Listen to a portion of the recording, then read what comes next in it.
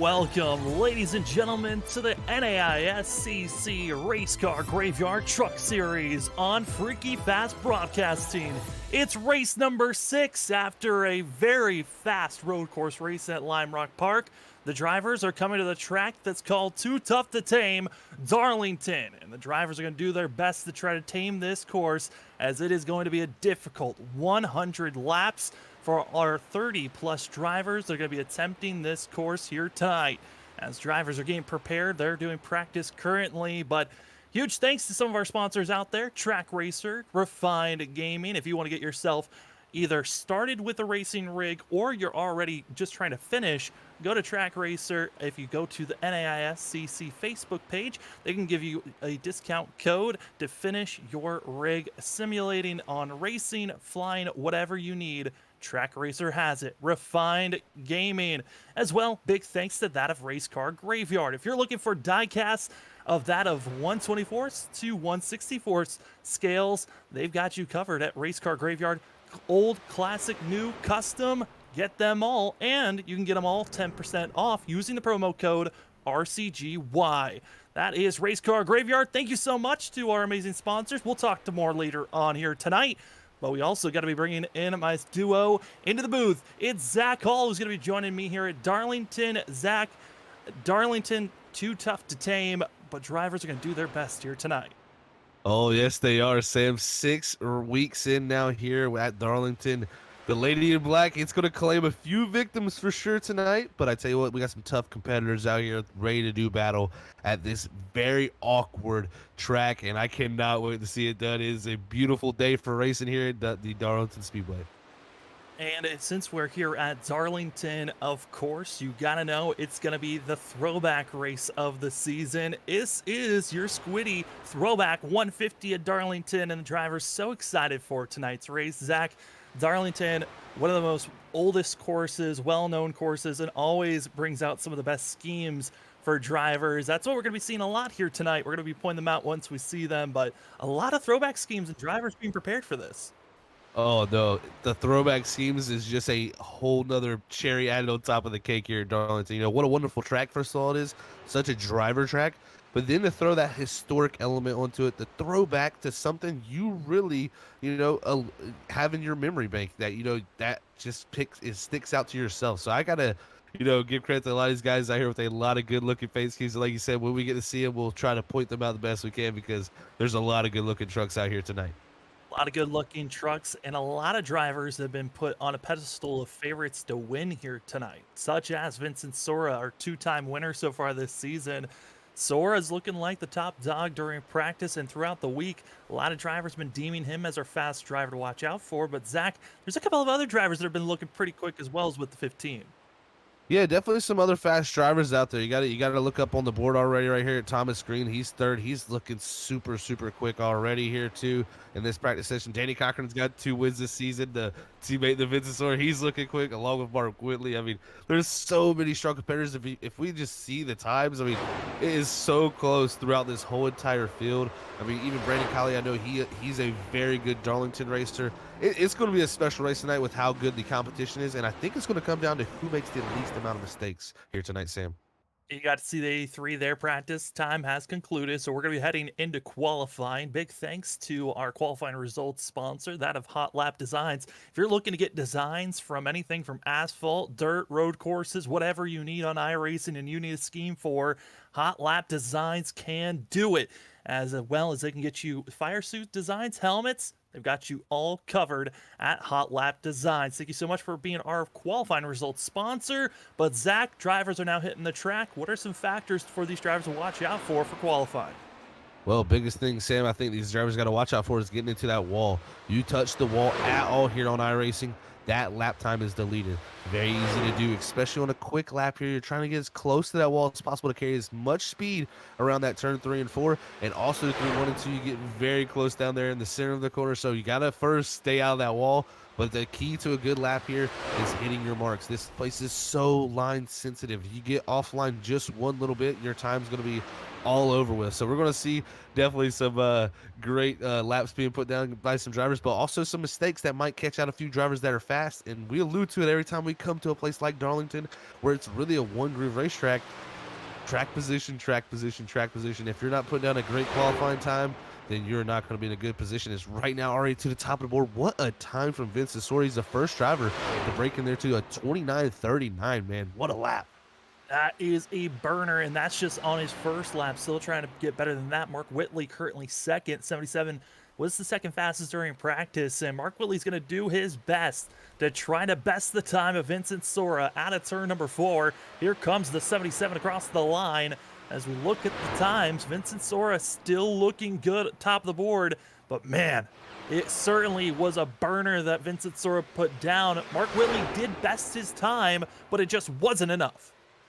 Yeah, he went faster on the second lap too, and that's something I kind of actually expected. So impressive lap from Vincent there to put it down the first time. You know, you would think at a track that has a lot of tire wear like Darlington, the first lap wouldn't be the quickest. But with the way the race trucks are handling, I got a few laps in this week with the guys, very loose. So as that tire temperature builds up, it actually does help that balance of this race truck, because those cold temps, very tough to handle as we're seeing guys pick up on that second lap. So Vincent Sora, he had something figured out. I think a lot of other guys didn't do it on that first one.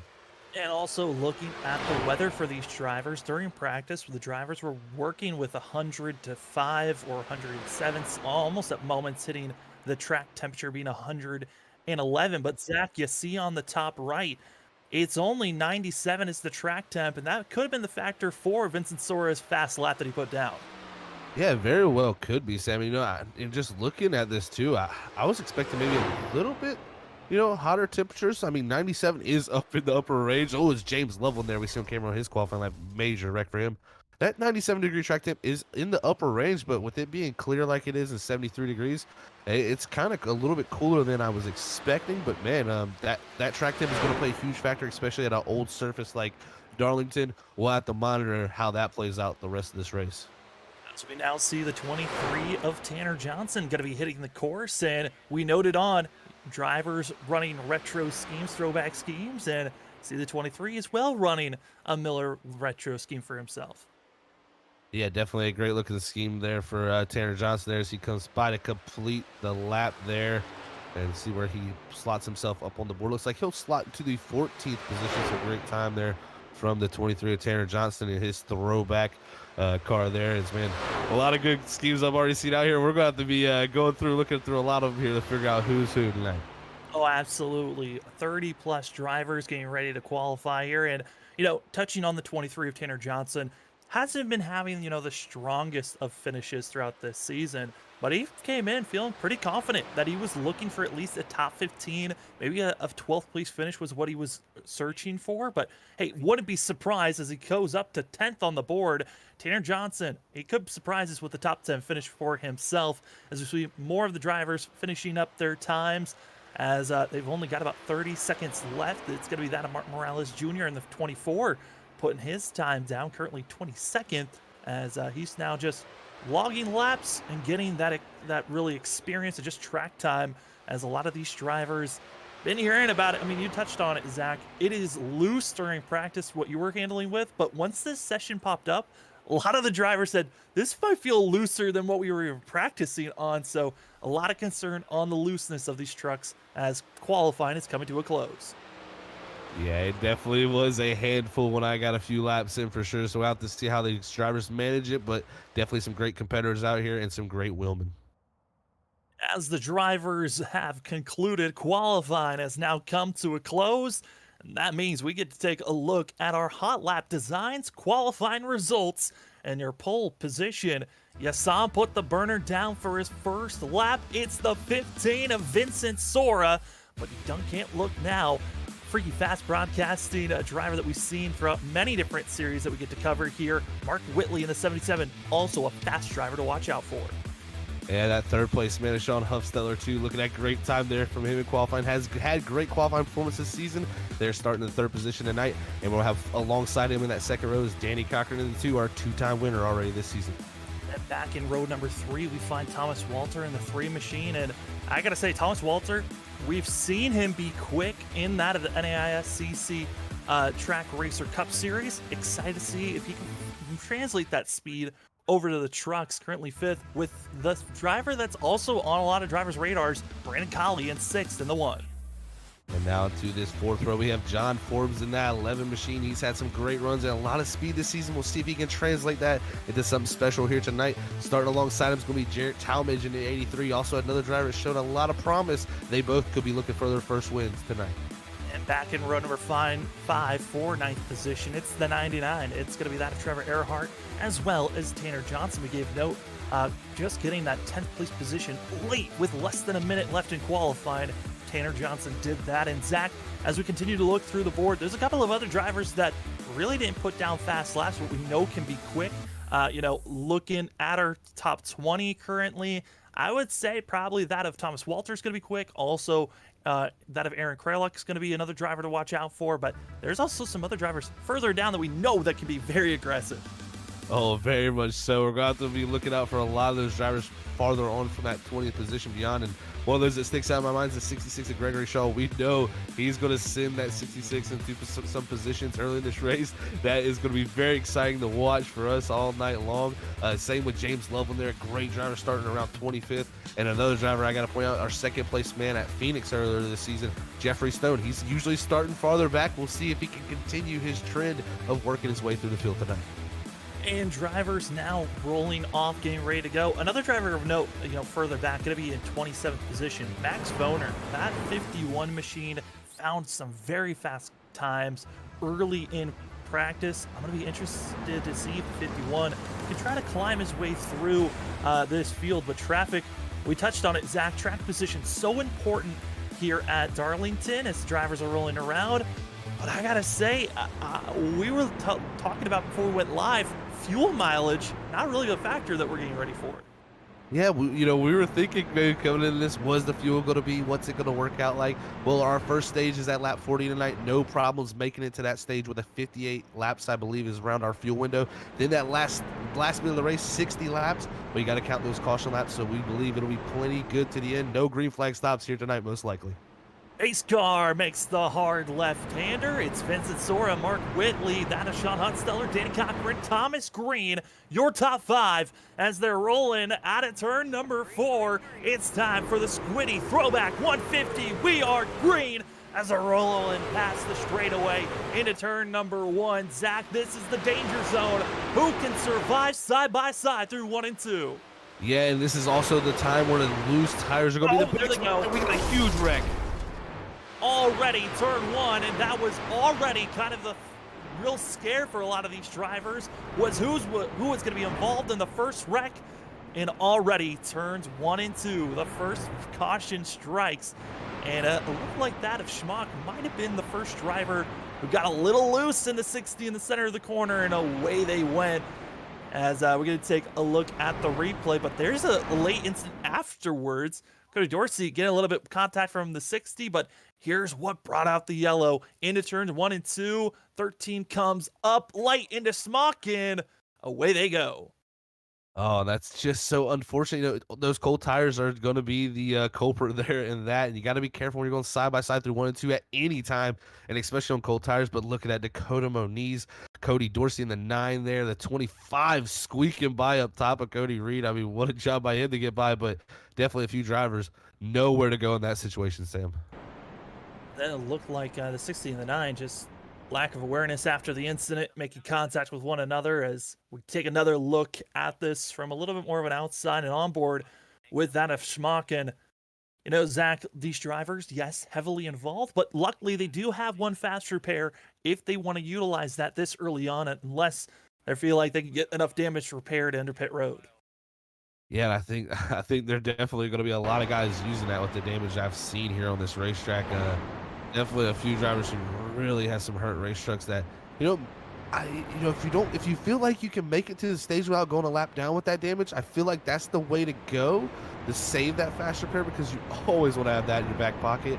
But if it's too much damage and you don't feel like you'll have the speed, you're going to have to take it. And that's such a judgment call from the driver. It's hard to decide that when you're in the driver's seat. You can't see the damage visually yourself.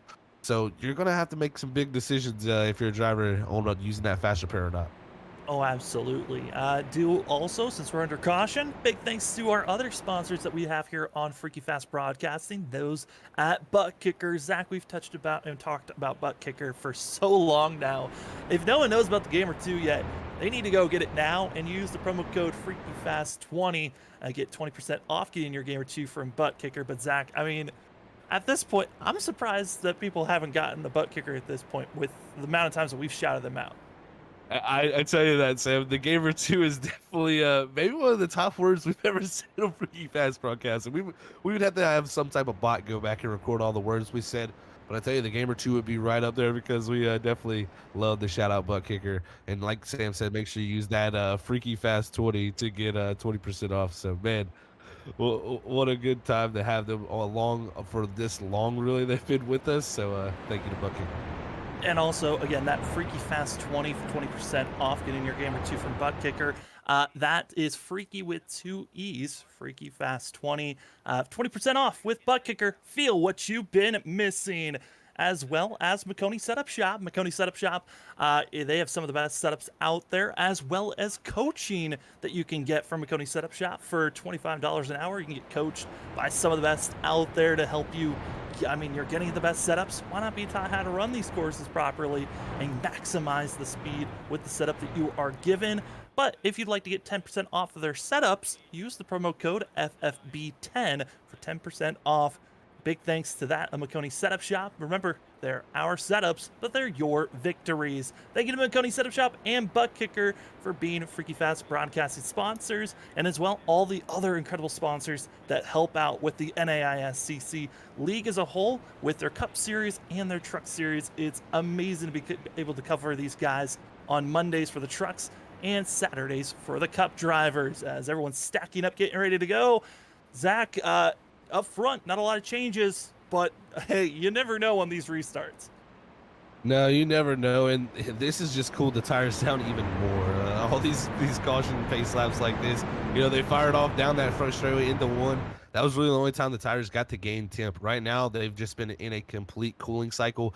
I would expect these guys need to be very careful, especially putting the power down here on the restart, but not only that, going down the 1 and 2 side by side. We need to see a little more give and take possibly there, because it's going to be tough to hold your car in your lane. Absolutely, as again, side by side, it's Vincent Sora, Mark Whitley, that is Sean Hutzstadler, Danny Cochran, and Brandon Colley going to be your top 5.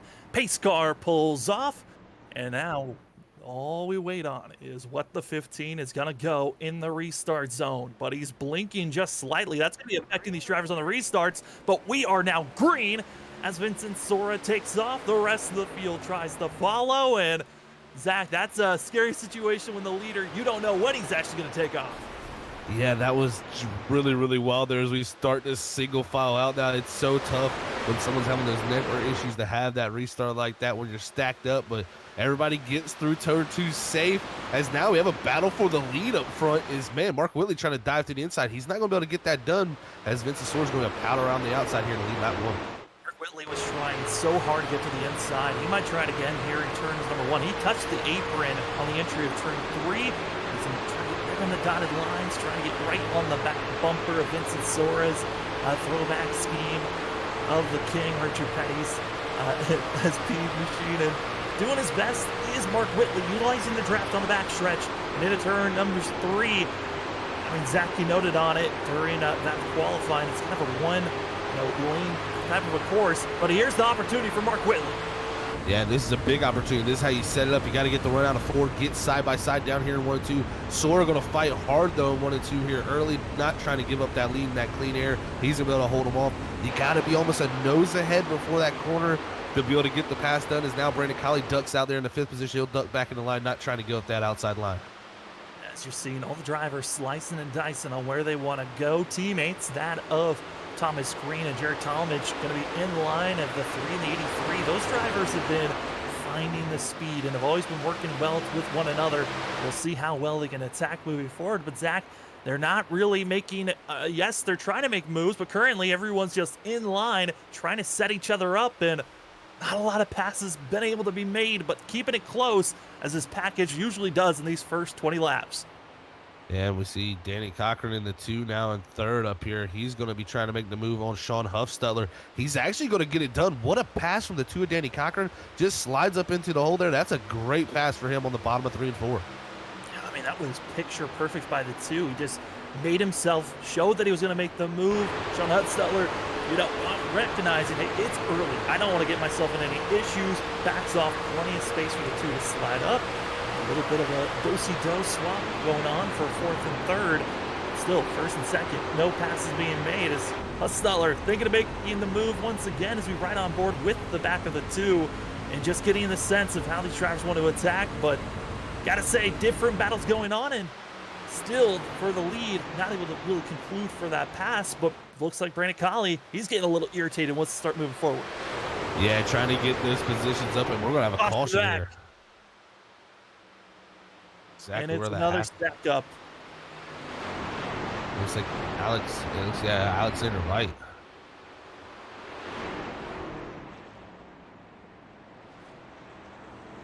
A big credit to this field for going this long. I think most of the field was nervous that they were even going to go 5 laps green, and they were pretty long there, Zach, for way longer than we expected. As we see what happened to Alexander Light, involved in his 2nd incident here today, and just got into the wall, and Smith nowhere to go for himself, and up into the 25. Oh no, snuck away from the 1st incident, but not this 2nd one.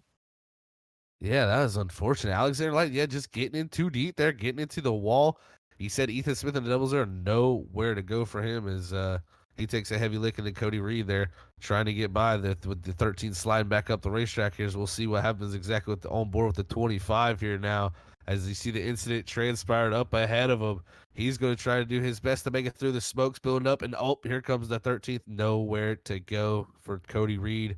He did a good job missing that first wreck. He was on track there to make that, but just probably did not expect the 13 to come back up the racetrack like that. And that is going to have a major, major hurt to that nose of that truck. And as we take a look, I mean, gotta say though, for Cody Reed in the 25, that's just a judgment call that you got to make of hoping that you pick the right lane to go. It's overcorrection, and away they go. 2nd caution of the day going to be thrown as 4 drivers going to be going into pit road. That of Light, as well as Cody Dorsey, Jonathan Freed, as well as the 89 of Kirk Schwitzer, going to be coming and getting service done.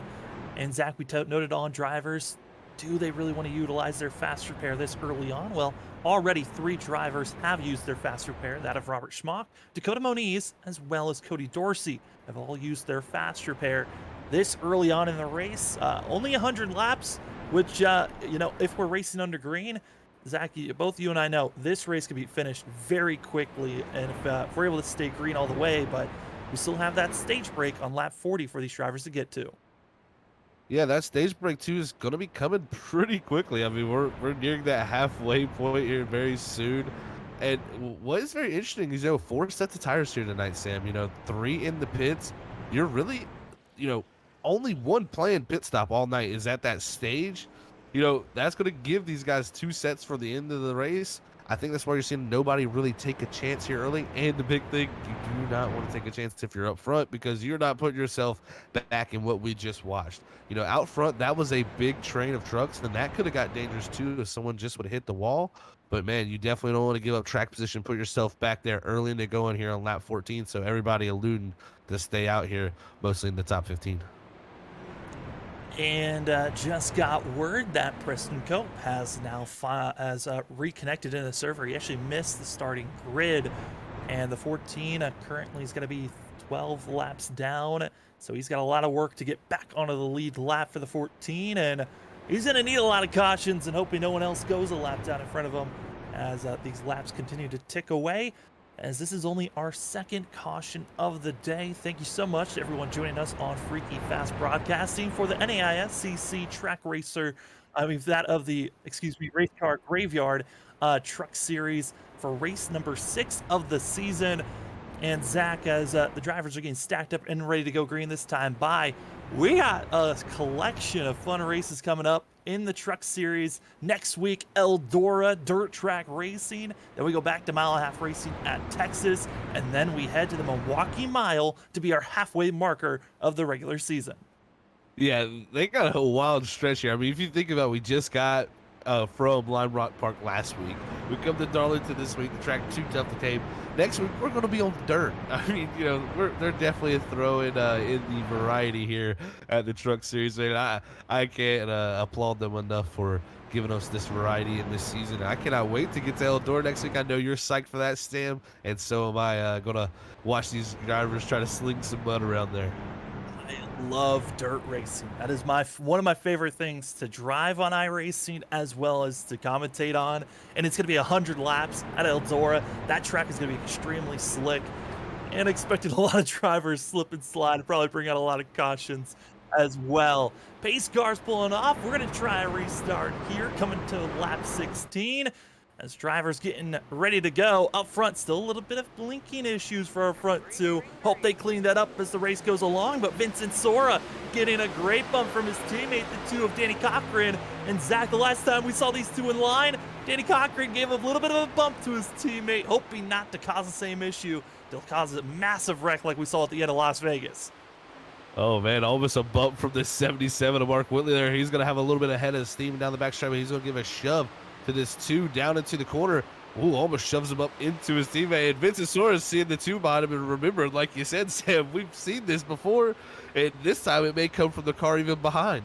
Yeah, I was talking to the drivers before the race, and it's still a running joke that the teammates made contact at Las Vegas, and they said, hey, Vincent, if you see Danny behind you, it might be better just to let him go instead of letting him just ride behind you, as right now it's Vincent Sora, Danny Cochran, Mark Whitley are your top three, and Zach again.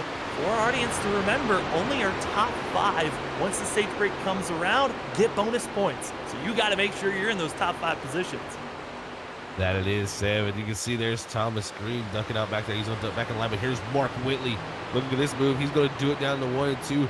Don't know if he's going to be able to get this done. It's so hard to do when you give up that outside lane to that driver on your outside, and now you're going to have to slot back in. But he attempted it. The big thing is not giving up a position while you try to attempt to make that pass.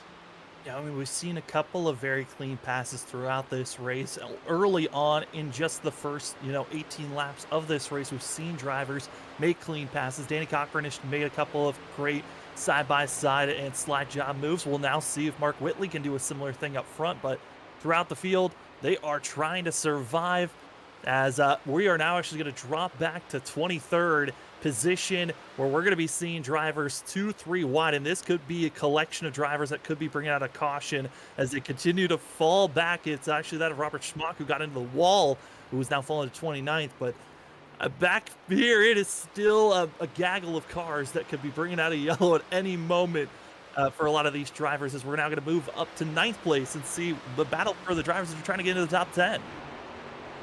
Yeah, it looks like this is John Forbes up here in this 11 machine. He's got the 99 Trevor Earhart. We've seen him have some good runs so far this season. Same with Aaron Kralik. A lot of speed. And then Thomas Walter also. I mean, a lot of drivers with a lot of speed right here in this pack. And that's why it's shown why it's so stacked up. Normally we would say at Darlington it gets spread out. These drivers, though, in this truck here, being very much a grouped up pack here of a line. Oh, absolutely. They're all still single filed out and trying to pick and choose and trying to get the run out of the corner. And, Zach, that seems to be the best spot to try to catch one of these drivers and get that run out of the corner. But what if we continue to stay green? Once it doesn't look like we're going to be catching up to lap traffic under this stint that we're under right now, but certainly you would think that these drivers got to be concerned of lap traffic if we get into a longer green flag run. Oh, very much so. I mean, especially if we don't get spread out. I mean, that's when it's going to get crazy. So far, 22 laps, we're all still packed up together. One of the big worries I have, though, when you're running in a pack like this, all it takes is one driver to get to the wall. Just one time down in 3 and 4, and it just creates, they just slow down so much that you can't get turned down the racetrack and miss them, and that creates a huge checkup that there in turn makes a huge wreck usually. So definitely have to watch out for that, as these drivers are all racing right on top of each other. Still in line, still keeping it close and really not giving an inch to one another. as our whole entire top 13 all within 2 seconds of one another and continuing to just stay in line. I mean, you look at the field, it's the whole entire top, you'd say 19 drivers are all still kind of close to one another in some fashion. As looking at this field, you start to really space out from the lead pack when you go from 21st back to 22nd. Yeah, those guys are definitely starting to drop off the back here as we look now back there. It's, Christopher Keurig there up ahead with Christopher Norris here in 22nd. He's, just hanging on right here about 8 seconds back. And, a lot of these guys are drivers that were involved in that first wreck. They're being probably pretty safe right now as Dakota Moniz in the 5. You're going to see him get to the inside of here in Norris. Dorsey involved in a wreck earlier. He's going to be trying to go forward also as Norris going to hold that outside group. Moniz going to get a little tight there in the corner. Ain't going to be able to get the run off. And now Norris is going to be able to hold him off for that 22nd position. I said they were being careful and, probably trying to stay out of trouble, but they are racing hard still back here. Yeah, and drivers getting frustrated over the radio or even coming in and chiming over Norris because you see the damage that he's dealing with. It really is holding up a lot of these drivers as in front. Drivers contact, Loveland involved, and he's coming back onto the track. Oh, Gregory Shaw also involved in that too. I think it all started around the 66 of Gregory Shaw. Looks like up ahead of him, Carl Poehler. Got into the wall. James Loveland, Ethan Smith in the 00. A lot of different trucks involved there as coming off a 2. Carl Poehler gets into the wall right in front of Gregory Shaw, and that's going to create a huge stack up and a lot of damaged trucks. Yeah, a lot of damage to that of Ethan Smith, Shaw, Loveland. Those 3 heavily damaged for themselves, and we're 26 laps into this run, and drivers are now, we haven't seen anybody take tires just yet. So honestly, it makes sense. It's around the time the drivers start to feel a little bit of difficulty with their tires. As we move up for the battle for second, we're going to be seeing these drivers all keeping it close to one another. And Mark Whitley, a couple of laps ago, got himself into trouble and now is fading back. One of the drivers that's trying so many different moves, but all his moves are going onto the apron on the entry of the corners. And Zach, that has not been the prime place to make these passes. No, it's not at all, Sam. It's just very tough to keep the truck down there, and the truck wants to slide up the racetrack. It's just way less grip down there and less banking, and you want to go up the racetrack, and if you got a car outside, you got to lift and slow down unless you're trying to take them to the cleaners. So good job on Mark not sliding up into anybody, but he's been trying to make a lot of moves. That could very well be hurting those tires also, as we're starting to see a little bit more spacing out here between our top 10. As you can see, gaps forming between these drivers. This is when the racing's going to start to come into effect. We're only about 11 laps away from our stage break, so this is something maybe we'll see in the final portion of this race, but some good racing going on. As Thomas Green to 3, he gets to the wall there, and that's going to let his teammate, Jared Talmadge, get to the inside off of 2. Very dangerous spot in the race.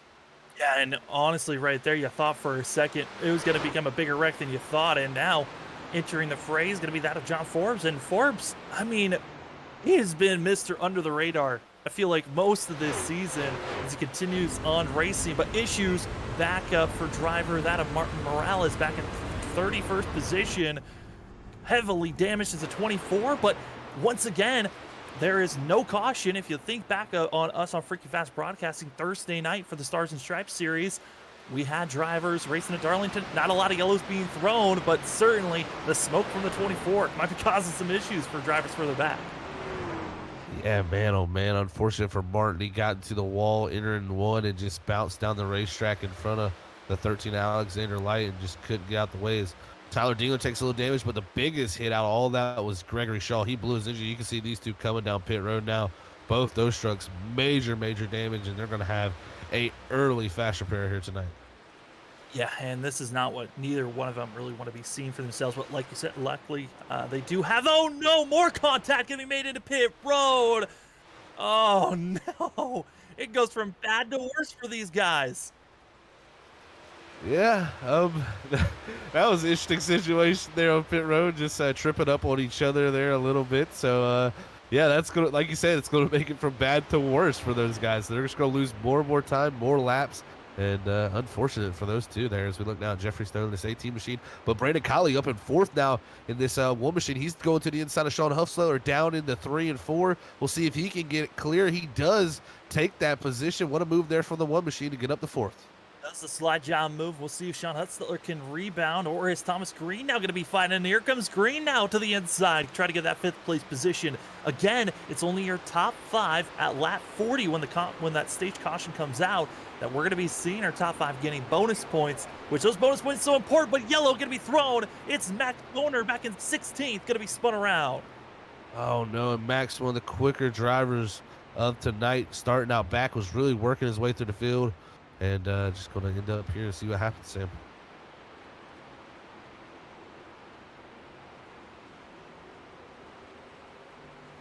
And these drivers, there's some bickering going on, as you're going to be seeing the 51 and the 29, that being a guild house, just comes down. And I think that's just some miscommunication, maybe, of where a driver was. I mean, that had to be a missed call by the spotter for the 29 to get involved, but both drivers very irritated at one another. Yeah, that's yeah, like you said, just maybe I don't know what the 29 was doing there personally. Just looking at it, I guess he just didn't think the 51 was there yet. So we'll look at another angle of it. You know, at some point, I imagine the spotters got to say car inside, and Max Foner was definitely there. Yeah, I mean, he definitely was. As see, there goes the 51 in the back. As there goes Guildhouse.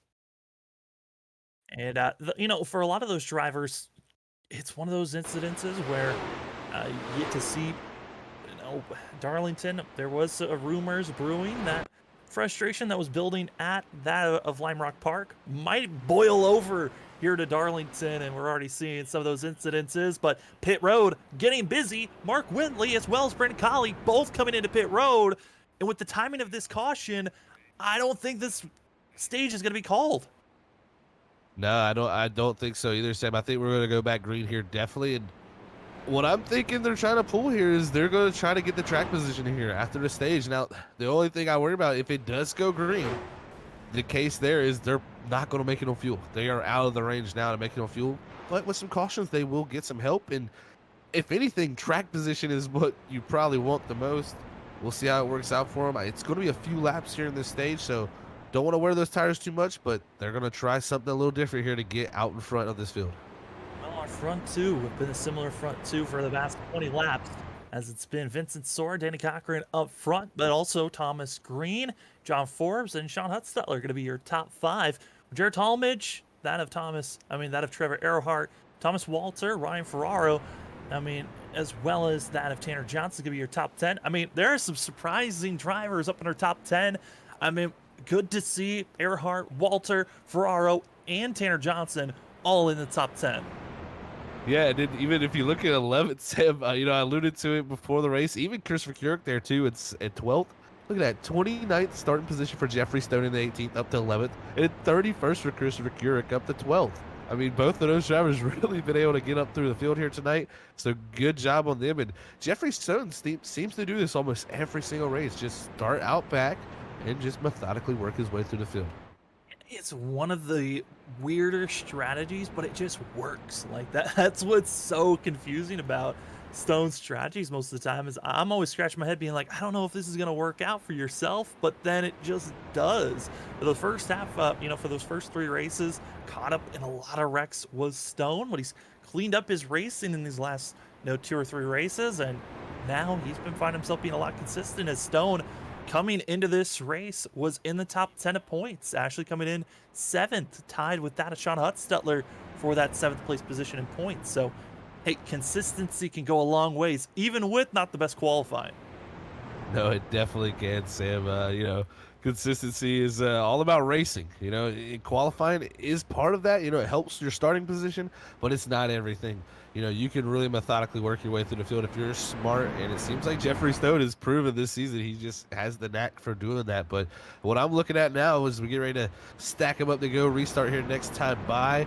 I'm looking at Brandon Colley. He's the first car on the new tires there. He's going to be restarted in 18th position with Aaron Kralik in 19th and Mark Whitley there from 20th. So everybody from there on back has pitted. But, man, if these guys all stay out who just pitted right there, that's going to be a lot of loss of track position for these guys who pit next. So we'll have to see how it all stacks up, but they're going to have to make it here these next few laps. Well, we are now within 5 laps to our stage break. So when we go green, we're racing it to lap 40. If we get a caution before then, though, we will then be ending the stage at that caution time. So drivers, a lot of pressures on. And with the timing of a caution, could mix up the fuel window on if drivers can make it. Pace car is off. And up front, Vincent Sora, Danny Cochran, hoping to get up into the gears as clean as possible, and no wheel spin happens as we are green once again. The 15 and the 2 sort their P's and Q's, and now it's all about that third place position. Side by side, it's going to be that of Thomas Green as well as John Forbes. Yeah, John Forbes is able to use that outside line to get by Thomas Green there in the 3 machine. Now he's got teammate Jarrett Talmadge there behind him in the 83. He's putting a little pressure on, but even farther back, I believe that's Tanner Johnson in the 23. He's trying to make his way forward there as he makes the pass there on the 99 at Trevor Earhart. And look at this, the 18 of Jeffrey Stone. He's going forward. Multiple guys trying to go forward here in this last few moments. Stone, Ferraro going to be side by side. The 12 going to be on the outside, trying not to get involved in any more damage if possible. And so is the 18, as it's going to be Stone up to 10th. But again, they got to get up into the top 5 if you're wanting to get any type of points. And that's what we're going to be seeing. It's hard into the wall at the 18, and more drivers involved, but we stay green as it's now just a full scatter. The 96 now going to be involved. And oh no, it's melee on the backstretch. Yeah, man, we got trucks flipping. That's called Pooler flipping here. And, you know, I don't want to say ARCA break for a few guys there, seeing the incident in front of them, but a few guys just not slowing down there again, you know, seeing incidents, trying to get positions. I mean, I understand you're trying to get positions and all, but, man, you got to think about the competition around you and the mayhem you cause. So, man, big incident there on the back straightaway, Sam. Yeah, we're going to be seeing it here of the different drivers. And this is just an odd point to see for these drivers, as we're right on board with Pooler. And I got to say, for Pooler, this just was not a smart move. He just blatantly thought he could fit it into a hole when there was already smoke. Cars were spun out. And for Pooler, he just wrecked himself on purpose there. Yeah, he just, you know, that incident happened for so long, Sam, on the back straightaway, even before the caution came out. You know, I think a lot of people don't slow down till the yellow flag waves. In my opinion, that's just not the right way to do it. You got to react before that yellow flag comes out, and even right there, just, you know, guys just not getting slowed down there. You see it happening up ahead of you, stacking up. I seen a few guys check up actually, but there was multiple, at least 5, 6, 7 guys who just barreled through it there. That really caused more mayhem than what we just seen. Well, there is the ARCA braking rule that has been added to this league after 2 weeks of us kind of complaining up in the booth and drivers also complaining about ARCA braking. And now we're expecting after this race a lot of penalties to be given out after that incident for some of the drivers and the ways that they just blatantly blew through that wreck and caused even more carnage than needed, which it wasn't a great timing because there were a lot of drivers that were involved in that wreck, Zach, that were already had used their fast repairs. And that means their race could be concluded, or they're just banking on hoping that their engine doesn't blow up. Frustration, I know, for that of the 5 of Dakota Moniz and plenty other drivers that are going to be getting service done for themselves. But up front, it's Mark Whitley, Aaron Kralik that are going to be those front drivers. And they, you know, with the strategy of deciding to pit when they did, you put a lot of drivers that were in a good position caught up in a spot where it was very tricky, where some drivers made it through and others didn't. Yeah, you know, that was such an interesting situation that, like, you know, Brandon Colley, he was the leader of the new tires there. He checked out majorly on the bottom, and that was really what gave up those 3 spots there to him now. So he's back to 4th. Mark Whitley, he was about 3 cars behind him. He somehow made it through that wreck. He got very lucky. Got to, you know, give Mark credit for making it through that, but he got very lucky how fast he tried to go through that wreck, and he gained positions through it. So he did what possibly he wanted to do, but now going to be able to start out front. That's going to be the critical position. So, and definitely some interesting moves from drivers, but it's going to play out well for at least a few of them. And now we get to see, how does Vincent Sora cut his way through all of this madness? Sora's going to be back in 8th place position for the 15. Our pole sitter driver that was up front, showing that he was going to be the dominant truck all night long. Now we get to see what it has to do to get through traffic that some of these drivers are heavily damaged, such as that of Robert Schmock and that of Kyle Guildhouse and Mark Whitley. All the last time they came in had to stay in to get repairs done for themselves. So we'll see with those drivers with damage, how well can they hold off that of Vincent Sora, and how well does Vincent Sora's machine work under that of dirty air factors as drivers getting stacked up and ready to go. Yeah, this whole strategy play that these guys played that pitted before, I mean, we only went down the back straightaway. It's going to really work out, I think, for them. Vincent Sora is definitely not going to be happy. I mean, got the stage win. That's a good thing for him there. So he's getting more points built up to already what he's done this season. But he's definitely got to be frustrated now. He's got to start back in that 8th spot, and this is where it gets tough. You cannot get frustrated here, put yourself in the wall. He's going to have to work by some drivers here, and definitely some drivers who haven't been up here yet. So we'll see what he can do, Sam. Vincent's such a good driver. He should be able to methodically work his way back into position. Our biggest mover is the driver that's going to be on the outside of Vincent Sora, which is that of Tyler Dengler. And then our biggest loser currently is that of Sean Hutztettler in the middle of the field in 14th. Up front, though, it's going to be that of Mark Whitley. Aaron Kralik as well, going to be your front row as the pace car is off, and we wait for the green flag in the air. Mark Whitley is already gone, and you already see some drivers just ducking it already to the inside, just trying to get out of the way because they know their truck is underpowered. Yeah, that was Tyler Dingler there jumping to the inside there, but here goes the 0-1 of Aaron Kralik around the outside of the 29.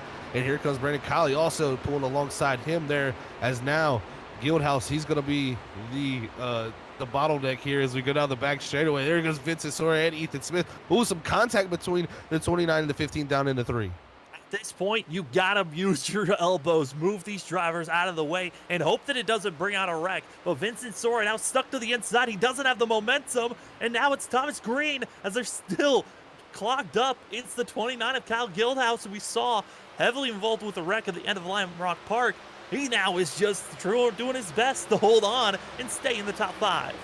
Yeah, man, I tell you what, that right there, Vincent Sora lost the position trying to get it done on Guildhouse, and Thomas Green took advantage of it, stuck it to his outside, and got the pass done. Now here comes the 3 to the outside of the 29 down the front straightaway. Looks like he's going to be able to get this done maybe hopefully before 1. Not yet, but yes, he does. And now Sora going to be in an interesting spot with that 29 there. He's going to cross under and go to the inside here. Can he make this work off of 2? He didn't make it work last time. We'll see if it works this time, though. Just still can't get the momentum, and everyone trying to utilize the draft to help Sora, and Sora finally clears. Here comes now Danny Cochran, who's going to be making the pass and trying to just slide in front of Guildhouse. And this is when things get a little tricky, is when this is the aspect of kind of lap traffic, where Guildhouse just does not have the speed of the other drivers, was heavily involved in other incidences, and now got to be careful of being pitched into the wall as Thomas Walter somehow clearing. Yeah, Guildhouse right now is definitely the one under attack here throughout the field. Everybody trying to get by him. Robert Schmuck in the 6th there, now behind him. John Forbes in the 11 trying to work his way back up. But definitely some hungry drivers here trying to get their track position back. A lot of these guys finished that stage at a pretty good spot. Then they looked up after his caution and they had those pit stops. They're like, man, why am I so far back? And then they understood that, oh, a lot of people played a different strategy, as it's really worked out for these top 3 here. Mark Whitley, Aaron Kralik, and Brandon Colley, they were the first 3 to come down pit road. They were the first 3 on the racetrack. The driver that maximized his gain of positions is going to be the driver that's in 4th place. That'd be an Ethan Smith, who's, yes, I mean, he didn't qualify the best, but right now, up 15 positions from where he qualified back in 19th, and right now doing a great job for the 00.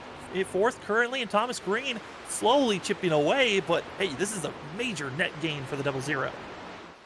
Oh, it is a huge gain in my opinion for that 00. I mean, he was involved in really 2 wrecks today and somehow has a clean truck after that. Got to give him credit. Must have to use that fast repair, and now up in a good spot here with some track position, and that is the key to this racetrack. This track here, all about the track position, and right now we got an interesting run too, Sam, with how it's getting spread out here a little bit. This is going to be fun to watch, but if it stays green, we also got to allude to the drivers up ahead of this field. They're going to be close on fuel from where they pitted around lap 35. Oh, absolutely. I mean, looking at these drivers that stayed out of Mark Whitley, Aaron Kralik, as well as Brandon Colley, those, as well as Ethan Smith, our top 4, all have giant question marks on if they can make it on fuel, as we see Loveland as well as that of Couric.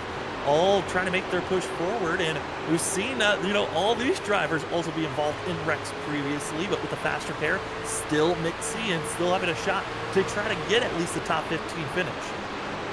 Yeah, a lot of drivers mixing it up back here. Oh, 69 into the back of the 56, and oh man, he is definitely being pretty aggressive to the back bumper of the 56 there, and it's just a huge, line of trucks in front of him. Really nowhere for James Loveland to go, so you can't really run the guy over in front of you as you see now. Look at this. Oh, there he gets around. Christopher Norris got impatient and just took out Couric in front of a huge pack. And you saw, Couric was getting aggressive, just gave a bump, didn't wreck, but the 38 just finishing the job in a fell swoop there as we are past halfway with our 5th caution of the night. Well, I'll tell you what, definitely an interesting incident there. Push coming to shove here. And like you said, Sam, the guys are going to get their elbows out. They're getting them out now here in this final stage of this race here as we look back. You're going to see the 38 of Norris. He's trying to go low, but he just drifts up. And that's kind of the nature of Darlington, the center of the corner. You're expecting the trucks and the cars to move up the track. But as long as you keep on diving low, that drift up that you're going to have is going to be massive as Couric nowhere to go. We thought maybe it was going to be the 69 causing the incident, but he was actually the one that got caught up in a mix-up himself. Yeah, definitely unfortunate for the 69 Christopher Couric there, but I also think Christopher Dorsey dives into the inside there as we ride on board the 69. The 69, he's kind of running the bottom line there almost on entry, so not really up against the wall. I think maybe the 38 thought he was going to slide up the track, but you can never assume as a driver. That's the one thing I like to tell people. You can't assume. You have to be able to judge that position as each second goes on and be able to hold your spot on your line. And unfortunately, 38 couldn't do it. That sends the 69 around. I tell you who likes this caution, though, Sam. Not only Vincent Sort to get him back up to here on the 6th position with a good restart spot here, but Mark Whitley, Aaron Kralik, Brandon Colley, and Ethan Smith, this is going to help them with fuel mileage. We've had 2 cautions now. I'm starting to think they are getting very close to be able to make it from where they pitted. It certainly is looking like it as we are under our caution. We're past halfway. We're going to take a quick commercial break. When we come back, we race it to the end. Will there be more carnage, or will we be able to survive? We'll find it out all here on Freaky Fast Broadcasting for the NAISCC Race Car Graveyard Truck Series.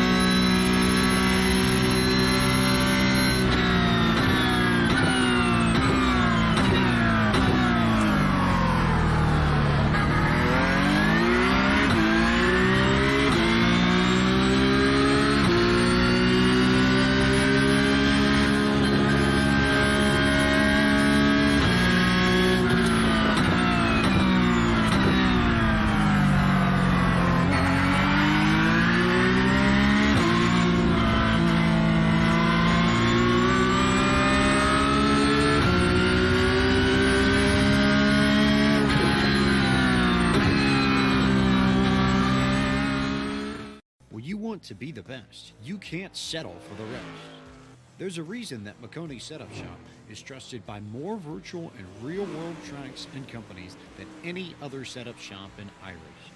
With partners such as Stafford Motor Speedway, the Nashville Fairgrounds Speedway, Five Flag Speedway, Speed 51, and more. When you want something done right, you go to the experts at Makoni Setup Shop. With setups available for most series on both asphalt and dirt, built by a team of professional builders consisting of some of the top talents on the service, Makoni Setup Shop LLC has what you need to hit the track with confidence. Head over to MakoniSetupShop.com and learn why Makoni Setup Shop is the official setup shop of Richmond Raceway Esports and is partnered with some of the largest names in virtual and real racing. And remember, at Makoni Setup Shop, there are setups, but your victories.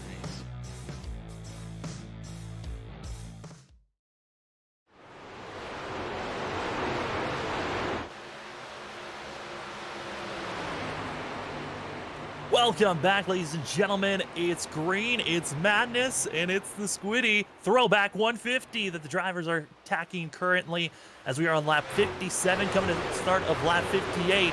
It's Mark Willey up front, as well as the rest of the field, trying to sort themselves out. My name is Sam Zire. With me is that of Zach Hall, and also Robert Moyer running the productions here tonight. Zach, they're finally starting to single file out, but whew, we have had a lot of cautions here tonight. Yeah, a lot of cautions, already a lot of carnage, and probably a lot of upset drivers after tonight. That's going to be for sure as we hop on board with Tanner Johnson here. But up front, Vincent Sora in that 15 machine trying to get around Aaron Kralik on the front straightaway here, down into one. I think he's going to have a good shot. Yes, he does clear him down into the corner. Great move from Vincent Sora. Now back up to that 4th spot.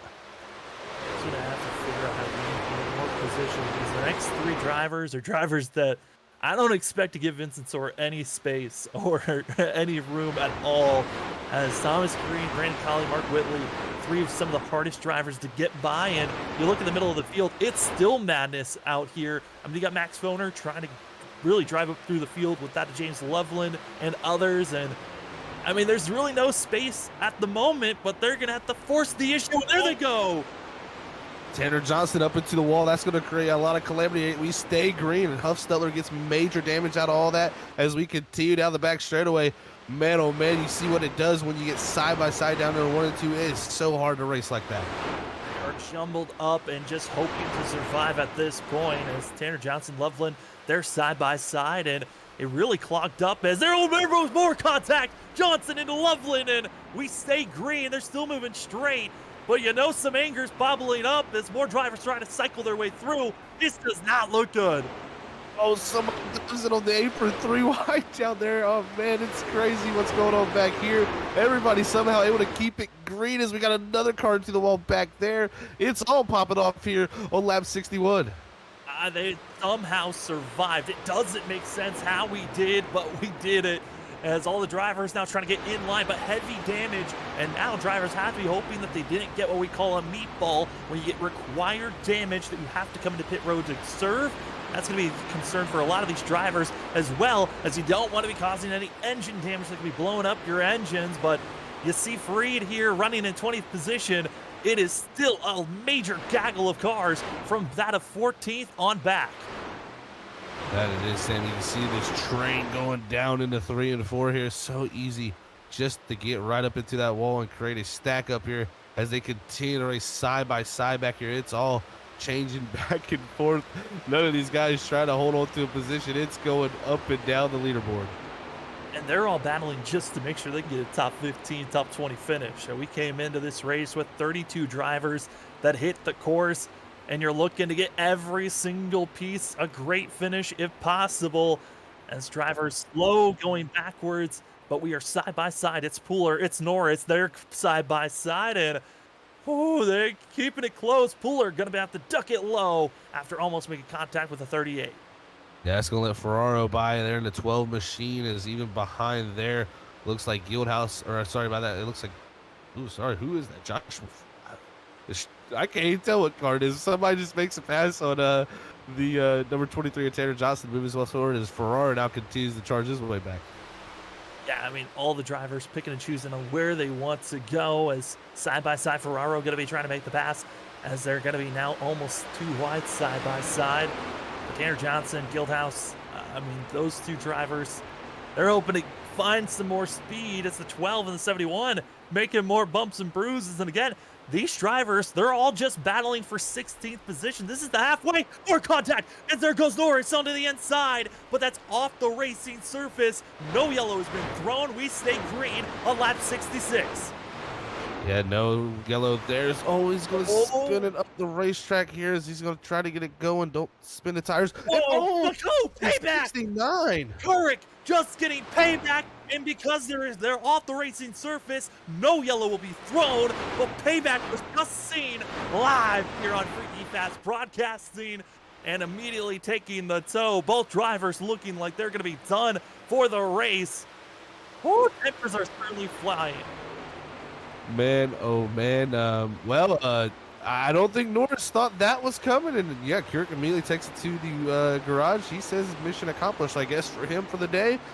But Christopher Norris there just trying to get it back going, and man, that was a interesting scenario. Hey, it didn't bring out a caution, so no effect to the race, I guess. I guess so. I mean, they both were kind of out of it at that point, but for that of Norris, I mean, Darlington's so hard, Zach. I mean, the track, when you come to Darlington, it's more of you're racing the track than the drivers around you. But if you get into those mental games, you can certainly get those short track tempers that we just saw. That we can, Sam. It is definitely an interesting scenario there we got to see here. Darlington definitely has brought it out in these drivers. Definitely the aggression as we're seeing that transpire. But up front, man, Brandon Colley, he's under a lot of attack right now from Thomas Green. Thomas Green has been all over his deck lid. And Brandon Colley, he's been close to Mark Whitley, but he just hasn't got all the way up there. And what I've seen, too, is Whitley's gotten to the wall a couple times, got a little bit of damage. So I think he's trying to hang on to that. Maybe Brandon Colley here trying to make this stuff last here. And also, maybe fuel mileage is a concern. Fuel mileage for sure could be a concern, and the driver that's really not thinking about fuel mileage is Thomas Green and Vincent Sora, 2 drivers that are feeling a lot comfortable that they can make it on fuel. But I'm looking at the lap times in these last couple of laps. Vincent Sora has been almost a 10th to 2/10 faster than the drivers ahead of him, but we're coming up to lap traffic now, and that could be another factor that could change the whole entire way that we're driving here, as trouble's going to be striking that of Sean Hutzstutler. Actually, it looks like pit road for that of the 94, but I gotta say, for some of the drivers further back, I think pit road is kind of where they're being forced to go with the amount of carnage and damage they've been ensuing onto one another. Nah, for sure, as we start to roll through the field, you can see it's gotten spaced out here at Darlington, very much so. But battle for third actually heating up now. Vincent Sora taking the heat to the 3 machine. Thomas Green here side by side through 1 and 2. That's able to let Brandon Colley get away, but they're still side by side. Vincent Sora has been one of the only drivers able to keep that inside lane through 1 and 2. What can he do down here in 3 and 4? 3 and 4 is going to be still at the quarter panel, going to be trying to get close enough, but it's Green into the wall, giving just enough momentum, and a pass for that ascent. 3rd place is going to be for Vincent Sora. And now the 15 has to figure out the momentum to try to gain back up into our front 2. But Zach, looking at our leader, Mark Whitley, it noted on the fact that he got into the wall multiple times. That damage has certainly hindered him, because now he's got Brandon Colley right on that back bumper, the 1, searching for a victory here in the Truck Series. That he is. And I tell you what, this would be the place to get it done. He's always loved Darlington. Brandon Colley has alluded to himself. This is going to be the place. If he can get a win, it's going to be here at the Lady in Black. The track too tough to tame, and we'll see if he can tame it. Whitley right now, he's got the clean air. That is the critical thing. Yeah, he's got the damage, but again, he's just lightly tapping the wall. That that many, if 30 to go here, he's not going to be able to get away with that many more times touching the wall like that. I mean, I know that there is kind of a taboo of rushing the wall in certain aspects here at Darlington. I know at Bristol and other short tracks, bumping the wall in certain spots can give you an advantage. Is there any place here at Darlington that maybe if you do accidentally brush it, you don't mean to get an advantage, but there is an advantage to hit it? It can help that 1 lap. I feel like it can help the 1 lap. The only thing I'm concerned with is this track is so much about aerodynamics. So you look at that. Look at his right rear spooler. It's bent a little bit just from how much he's gotten to the wall at the right side of this truck. That's aerodynamic downforce loss. And you do not want that at this track. We're at very high speeds through these corners, and it's all about the grip level as Brandon Colley really starting to put the pressure on, and I think Whitley's only going to start to hit the wall more, but Brandon Colley's got to be careful. If he gets to the wall, he's right behind him like this, it could very well collect him also. Yeah, I mean, that's the kind of the balancing act that you have to figure out. With the way in, do I want to risk getting super close to a driver and trying to make the pass right here? Or do I want to wait back, let them make the mistake, and then make the pass? But at the same time, there's no real time to wait. We're coming up to 25 laps to go, and it's Vincent Sora knocking on the door of the one now. No, you alluded to it. There's no time to wait. I think when Vincent got by the 3, Brandon said, I need to pick it up and get to the back of the 77. And we've seen him pick it up there from there. But Vincent Sora, he's just been the fastest car on the racetrack all night from what I've seen. And it's going to be tough to hold him off. I think these are going to be the 2 toughest guys to pass for him here. But from what we've seen with the 3, you can't make a mistake and let him get an easy pass on you here. Brandon Colley going to fight hard in this one machine. Also, Zach, think of the mentalities for these drivers. Vincent Sora's already won twice in this series, and we've seen him win plenty of times in the Cup Series.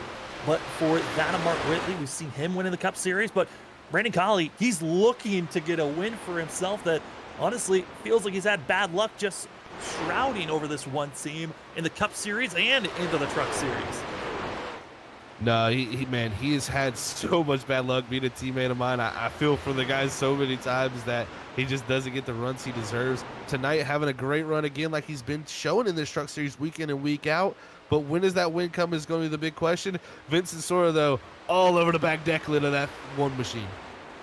And as these drivers continue to race on, I do want to give note of a driver that went into pit road, lost a lot of positions. Aaron Kralik, who's been up front, was up in the top 10 at moments, had to make an emergency pit stop for the 0-1, getting repairs done, fuel, tires, and back rolling. Zach, I'm now getting a little bit concerned. Maybe these drivers that stayed and made that early pit stop before stage 1 was over, I don't know if they actually can make it for Mark Whitley and Brandon Colley. Yeah, if you're Mark Whitley, I feel like you feel a lot worse with not having the draft. This track, we don't talk about draft too much here, but the draft is a big factor, especially in these trucks. They break a big hole in the air. And, how much, it really depends on how much fuel you were saving on those cautions. If you were just rolling around like a normal caution, yeah, you save fuel with it being a caution lap, it being slower. As Vincent Sora's getting closer and closer to that one, he's going to dive it down here in the 3.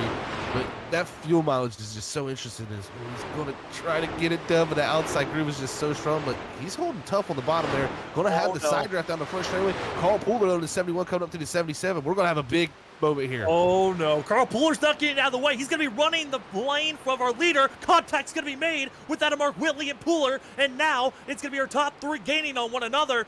Mark Whitley already dealing with damage. It just compounds on top of one another, and now they've got to worry about a heavily damaged, that of Cody Reed, who's going to be in front of Mark Whitley and others. And Zach, the lap car factor, we knew he was going to come in at some point, but this completely shifts the game because Mark Whitley was pulling away with how much pressure Vincent Sora was putting on with that of Brandon Colley.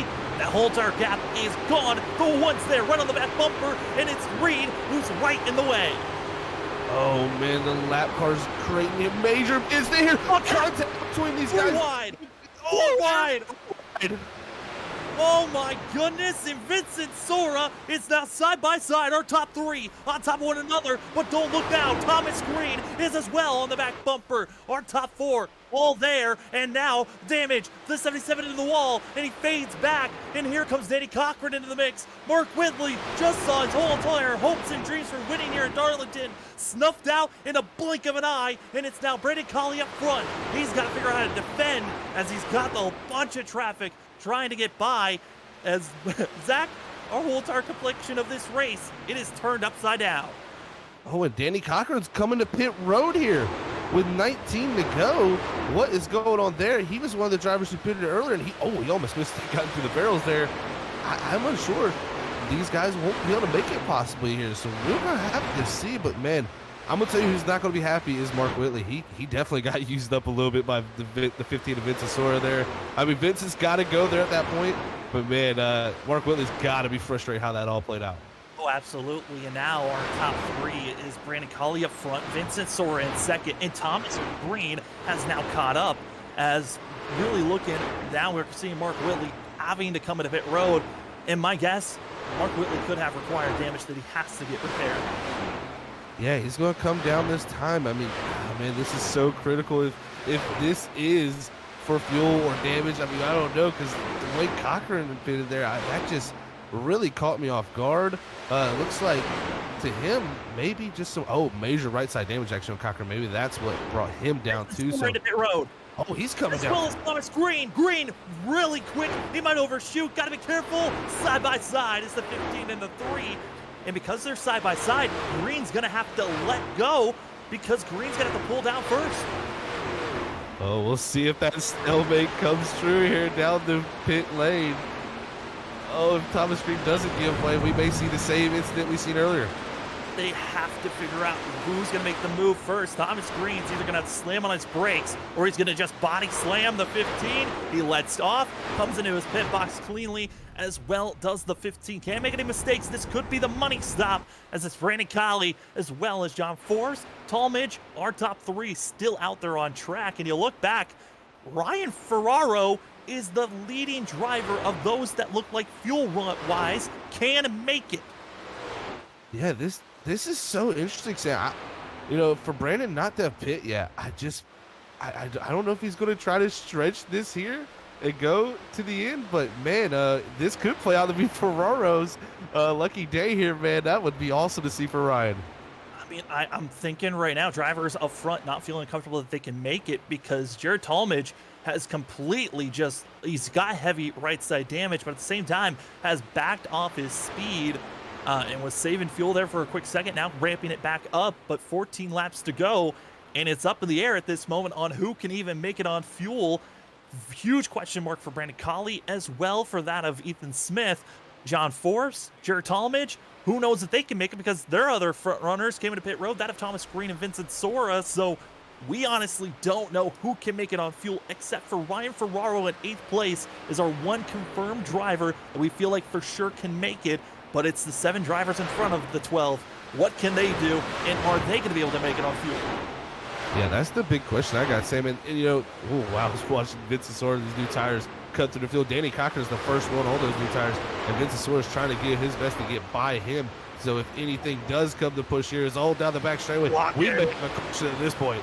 They're going to go 3 wide once again, and Thomas Green, fresh tires, going to be aggressive here, making the move. Trevor Earhart blocking, defending every move that he can, trying to hold off and make sure he holds on to at least these positions. But for the drivers that are making these dashing moves, they're all lapped down. They're just trying to gain as many positions as possible and hoping to unlap themselves. So if a caution comes out, they're either the first car lap down or they're finally on the lead lap. It's Mark Whitley slashing and dashing. Here comes the 77 to the inside.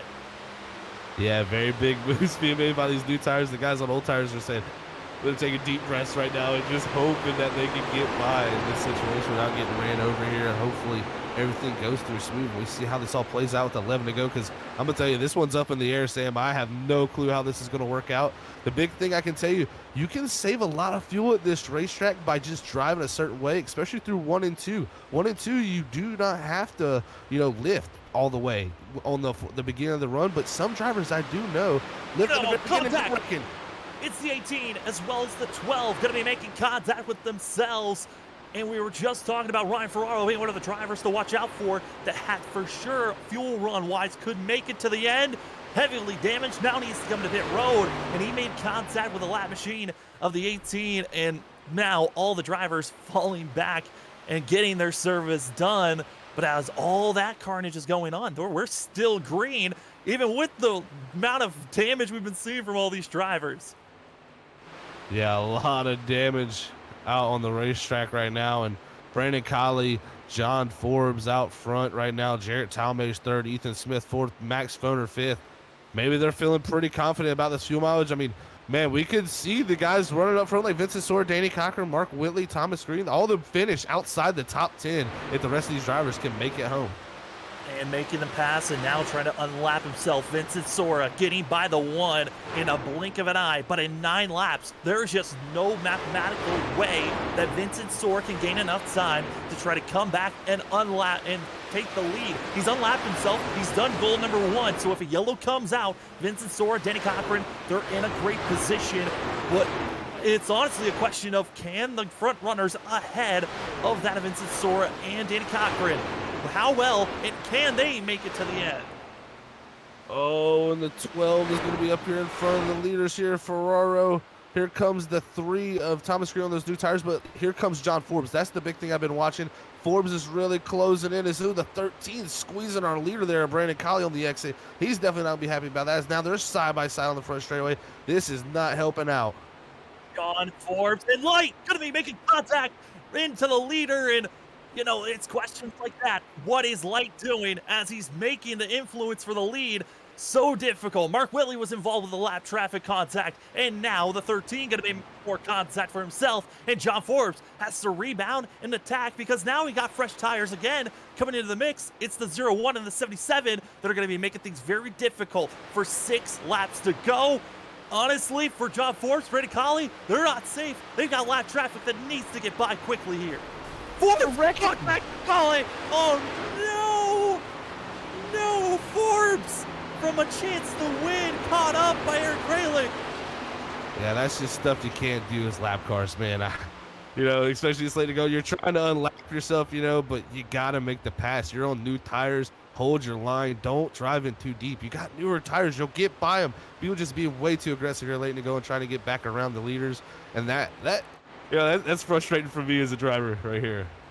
Oh, no. And now Brady Colley going to be having a second and a half more of a lead over that of John Forbes. Jared Talmadge going to be trying to catch up to the 11, but Talmadge isn't safe either as he's got drivers that have got fresh tires that are trying to get by him. But 5 laps to go. Zach, I mean, this race isn't over, but if a caution does come out at this point, we're going into overtime. That we are, Sam. Of these guys all with the fuel mileage issues, they're going to be having to hit pit road, and it's probably going to be an interesting situation from there. But 4 to go. Does Brandon Colley have enough for his first career win here, Sam? I'm nervous for him. I'm at this point. I don't even know what's going to happen. Oh, there's more drivers in front of him having issues. Mark Whitley going into the 24. Martin Morales, they're having their little fiasco in front of the 1. But everyone else, 4 laps to go. And for John Forbes, he's still in front of that of Talmadge, but he's slowly losing ground as Vincent Sora has made a pass, but that of Gregory Shaw back in 13th. Hard into the wall, very slow, but we stay green almost. A yellow being thrown at Shaw into Vincent Sora. That almost brought out a yellow. And oh man, this is all just got so wild here late in the go, and you see now up to our leader Brandon Colley. He's got 3 to go.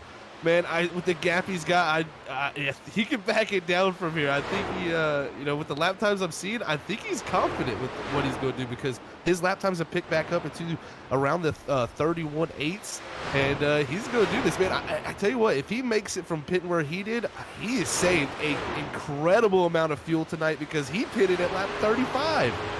I mean, at this moment, everyone has been hoping for Brandon Colley to not be involved in a wreck. 2 laps to go. All that Colley wants to see is the white flag. If he gets the white flag, we race it to the end. But if a yellow strikes before then, we go for it into overtime. As coming out of turn number 4, coming to your white flag. I can't believe that Brandon Colley has gotten to it. It's your cosmic candle. 1 to go. Brandon Colley, he has been up front, battling, almost taken out by lap cars, saw all of his other competitors taken out by lap machines, and out of turn number 2, Zach, he's got 1 more lap car, and that's going to be Gregory Shaw. Oh man, he's going to get it done finally. Going to go to 3 and 4 for the final time tonight. Brandon Colley, he's waited so long for this, man. I'm just so happy for the guy. Brandon Colley, all the woes of the Cup season into the truck converted over, but he can finally say he is a winner in the NAISCC Race Car Graveyard Truck Series. Brandon Colley survived, and Zach, I think for all of us, we don't know how that race stayed green there. I have no clue. With that guy's luck, we've seen that thing was for sure going to have a yellow at any point, but he pulls it off and gets it done. Oh, what a job by him, man. I'm so excited for the dude. And how did he save the fuel? I mean, you had guys who pitted way after him didn't make it. That is mind blown to see. He was definitely driving different in 1 and 2, and I think that's going to be the big factor he maybe points out in his interview. Yeah, I mean, for Vincent Sora, he's got to finish in 10th. A driver that pitted earlier was on a similar strategy to that of John Forbes, was right there battling for a victory, and had to come into pit road. Mark Whitley, after contact with lap traffic and other incidences, had to come in.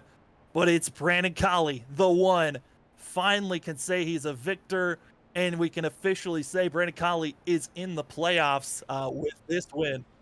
Oh, I think he's out of fuel. I think Yeah, he he's may be not out of moving. fuel. He's out.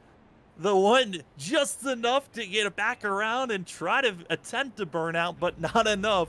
Brandon Colley, congratulations on the victory here tonight. As we're going to take a quick break. When we come back, we're going to be talking to our top three: Jared Talmadge, John Forbes, Brandon Colley. The woes, the struggles, and how did they make it on fuel? We'll be talking to all of them in just a few. Thank you so much for joining us on Freaking Fast Broadcasting for the NAISCC Race Car Graveyard Truck Series. Your Squiddy Throwback 150. It is a memorable one. We're always going to have to come back to this one on how the heck do we stay green and how do we get here. This is only race 6, plenty more to come, and also the post-race. We'll be back in just a few.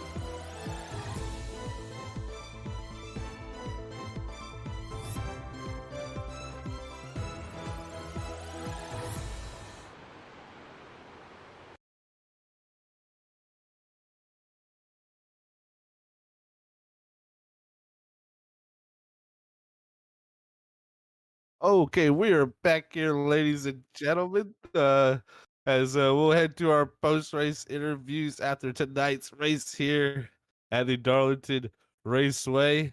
First up, we're gonna have Jarrett Talmadge up here at third place. Man, we can't have him on the screen because he's a little blinky, but looks like we may have lost Sam for a second. But all right, we're gonna move on to our third place interview here. Hey, Jared and Zach up in the booth. You got a copy, buddy? Hello. Hey man, great run tonight, and I tell you what, great job getting it back home in third and saving the fuel to make it down to the end. How close was it there for you, man? Actually, it wasn't even that close. I was good by 3 laps. I was actually wondering why everyone was pitting there because I didn't have a problem with fuel at all.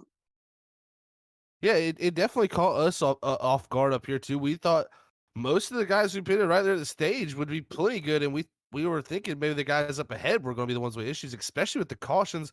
We thought they were pointing to go, so when they started pulling down, we were a little bit thrown off up here too in the booth, man. But nonetheless, a good run for you tonight. How's it feel to come out of here with a third place finish after we've seen a lot of wild action with guys bouncing into the wall all times tonight?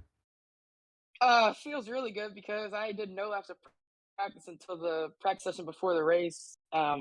Did not expect to run even top 5, so it feels amazing. Definitely a good run then for you, buddy. Man, I tell you what, congrats on third. We head off to Eldora next week. How you feel about the dirt track at Eldora? You're going to have some fun out there. Yeah, just bring it home in one piece. Hey, man, I tell you, if you bring it home in one piece at Eldora, it's a good night for most people. So definitely going to be fun to watch you there, Jarrett. Well, I tell you, buddy, congrats on third. Before we let you get out of here and go celebrate this thing, man, anybody you want to send a special shout out to? Yeah, I like to thank JT Side Hustle Graphics for the paint. He's the man. He hooked up with the good paint. Well, I tell you, buddy, it looked very good out there tonight, finishing third. We'll catch you next week at Eldora, Jarrett. Congrats on third, though, buddy. Thank you.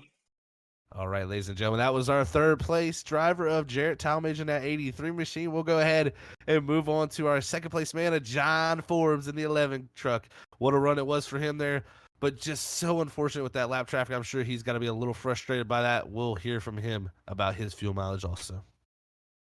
Hey, John, it's Zach up in the booth. You got a copy, man? Yes, sir. Well, I tell you what, another good run for you tonight, John. I tell you what, man, unfortunate circumstances there. Just a lot of guys on new tires there. Being a little bit impatient, get yourself put up into the wall there, battling for the win. Was fuel mileage close? And, man, just take us down to the end there because you're able to still bring it home in second.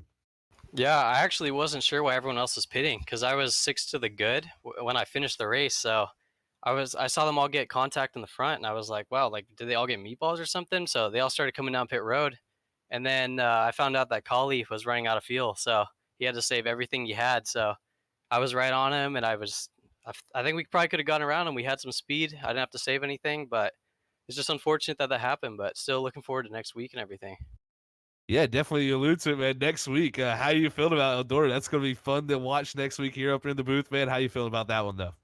Yeah, it's gonna be really fun. I've never been on that track before. I do a little bit of dirt racing, but just haven't bought Eldora yet. So I'm looking forward to it. Definitely gonna get a lot of practice in this week, and it's gonna be a fun race.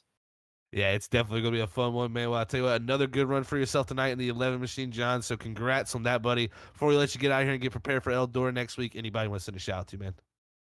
I wish my teammate could have made it tonight. Sucked he had to work late, but he's always there to help me with strategy and stuff. But yeah, that's it. It was a good race, and I also want to give a shout out to my brother who helped design my paint scheme for today. So yeah, it's a fun race. Well, man, I tell you what, it's a good-looking paint scheme on there tonight and great finish for yourself there in second, John. Congrats on that, man, and we'll catch you at Eldora next week. Thanks, man. Have a good night, guys. All right, everybody, that's your second place driver of John Forbes in the 11 machine, running that Bill Elliott throwback there. Great scheme he's got there.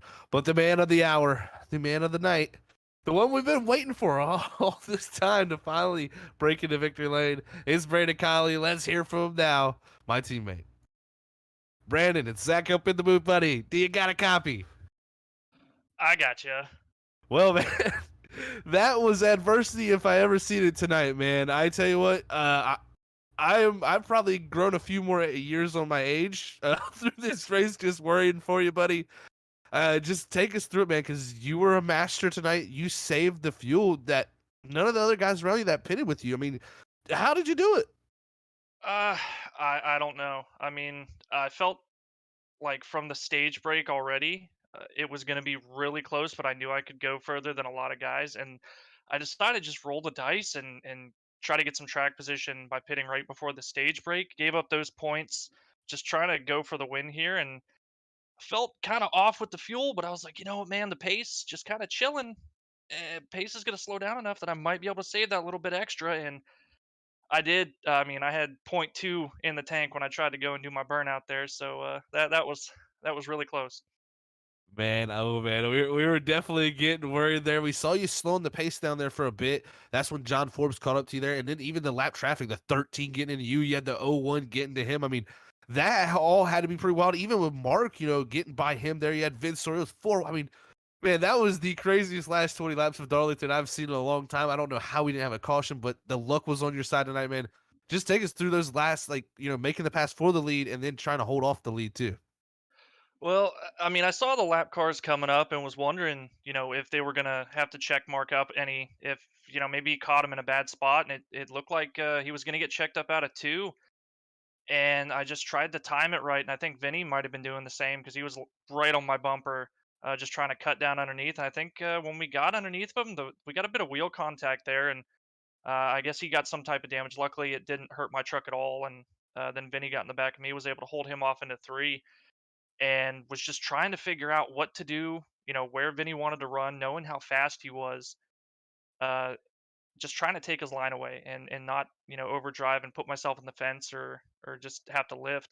And then they pit, and as soon as they pit, I knew I had all the time in the world to save fuel, and was shaking like a leaf the last 20 laps, just saying please no caution. And luckily it all worked out. I hate it for Mark, I hate it for John as well, the 11. If he hadn't had the contact with the lap cars there, he 100% would have won this race. I could not afford to have raced him. I needed to save every drop, and I mean, luckily it worked out for me, but still a good day for him too. Second. Yeah, man, I tell you what, it's just been a long journey to this point, man, to get this win. Just tell us how satisfying this is, because I know it's gotta be satisfying not only to get the win, but also at Darlington. I know a track that you're very fond of. Man, I cannot tell you. I have had so many good races here that have just gone pear-shaped, and for some reason or another, just had not worked out. It's my favorite track. I feel like I get around this place better than 99% of people, and to finally get a win here after coming so close so many times, it's awesome. I mean, especially in this way too. Not only did a strategy work out for me, but lap cars didn't kill me. No bad luck tonight. I'll take getting run over at Eldora next week because I got it tonight. Hey, man, you definitely did. It's gonna be fun celebrating with you later, man. But before we let you get out of here and start that celebration, anybody want to send a shout out to for this win? First, you guys, thanks for doing the wonderful broadcast as always. Everybody, make sure you hit that subscribe button, share the broadcast, let them know what you thought about the broadcast. Love seeing you guys, and make sure to check out all the broadcasts throughout the rest of the week. Secondly, all my teammates, Category 5 Esports, you guys done a lot of practice with me at a bunch of different tracks, and I noticed the speed each and every time I'm on the track with you guys, improving myself, and I can't thank you guys enough for it. Zach Hall, Cedric Connor, Brian Johnson, Larry Yingling. Man, you guys are awesome. Also, the guys in the league here. We have some rough moments with some guys, but I think everybody's just really competitive, and it really shows. I think that's where it comes from. These guys put together a great league, and happy to come out here and race with them every week. Man, well, I tell you, we're happy to call it up here in the booth, Brandon. It was an enjoyable night up here for us at the Squiddy Throwback 150 at Darlington, man. And you're the winner, so go celebrate this thing, buddy. And we'll catch you next week in Eldora. We're gonna have some more fun. All right, guys, catch you later. All right, everybody. That was your race winner, Brandon Colley, in the number one machine, the number one in the number one position, man. I'm a little biased. I will say that, everybody out there. I am his teammate, so this is definitely one of those moments I'm very happy for him. The guy deserves it. Let me tell you, he's worked his tail off to get to this point, and he's a great guy. So really, really good to see him get that first victory for himself here at the NAISCC Truck Series, man. So there's our official race results. You see it there. Brandon Colley bringing home that first victory. Alongside him, there's going to be John Forbes. What a run it was for him. Like Brandon said, it was going to be so tough to hold him off. So congrats to John holding on to second with that crazy amount of damage. There comes Jarrett Talmage in third. Fourth's going to be Trevor Earhart sneaking into there. Top five for Thomas Walter. What a great run. Look at Max Foner after coming back from a wreck. He's going to finish sixth, starting in that 27th position. James Loveland also going to bring home a top seven. Then you're going to have Ethan Smith in the eighth position. Ninth's going to go to Robert Schmock, and our pole setter, stage one winner, Vincent Sorer, after just having to pit road. He's going to come up a little short here tonight in that 10th position. But as we look through the rest of our field, man, oh man, what a night it was. Got to have some notables, of course, of that 77 Mark Whitley leading there late in the going. He's going to drop back to the 15th position, and with contact between him and the 15 there, definitely some interesting scenarios playing out. But man, oh man, just what a night it was as the rest of our results roll through. It is just a pleasure to call up here at Darlington. Unfortunately, I think we lost Sam at a perfect timing too, right after the race ended, so he could, get out here. So definitely a good ending to tonight. It was a special time up here in the booth. But again, We just want to thank everybody out there for tuning in, as always, to Freaky Fast Broadcasting. Don't miss out. Next week, we're going to be at Eldora. Yeah, that's right. Eldora in the trucks, slinging some mud. That is going to be so fun to watch, and I can't wait to call all that action alongside Sam Dyer next week here on Monday, as always, on Freaky Fast Broadcasting. And if you haven't yet, please hit that thumbs up button and subscribe and the bell notification button so you can be notified when we go live here each and every time. And it was a spicy night, that's for sure. We see him out there in the chat. We'll send it up to our producer Robert Moore Jr. to close out tonight's broadcast. Thank you all for tuning in, though. All right, thank you, Zach. Thank you, Sam.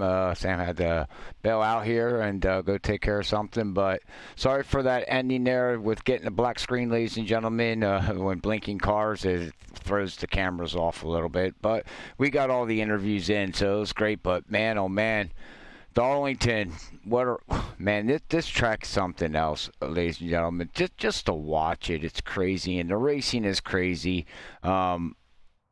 We know things are going to happen out there. There's no way around it sometimes. I mean, it's a one-groove track. You really got to work it and try to work your passes at a certain place in a certain time. And how did we make it that the last 20 laps without a yellow? I don't know. But, well, you know what? For Brandon Colley, he says, I don't care how we made it. We did it. So congratulations to him. I'm giving him a big, big, big shout out. It's been a long time for that number one, Brandon Colley. Finally getting a race victory, locking himself into the playoffs. He doesn't have to worry about anything else through the rest of the season. He's ready to go. Look forward to the playoffs now here, Brandon, and see what you can do with the rest of these hard competitors of Danny, Vincent, and all these other drivers out there that are going to be battling to try to get themselves locked into the playoffs. But like Zach said, next Monday night, this is going to be interesting. We're going to take these cars from Darlington, and we're going to sling some mud around as we go to Eldora. So that is going to be a fun broadcast to watch. So make sure you tune in next Monday at 8:50 here with the NAISCC Cup Truck Series. Sorry, I get them both messed up. So make sure you tune in next Monday. But our next televised broadcast is going to be Wednesday night at 8:30 with Underdog Racing League. So make sure you check them out. As I apologize, as my dog won't shut up barking. But if you go back and watch this replay, I do much appreciate everybody that does that. But with that being said, I'm going to sign off here from virtual side of Darlington, South Carolina. Hopefully everybody has a great rest of their Monday. Be safe on Tuesday, and we'll catch you Wednesday night. But until then, here at Freaky Fast Broadcasting, we'd like to say God bless everybody. We love yous all. Peace out.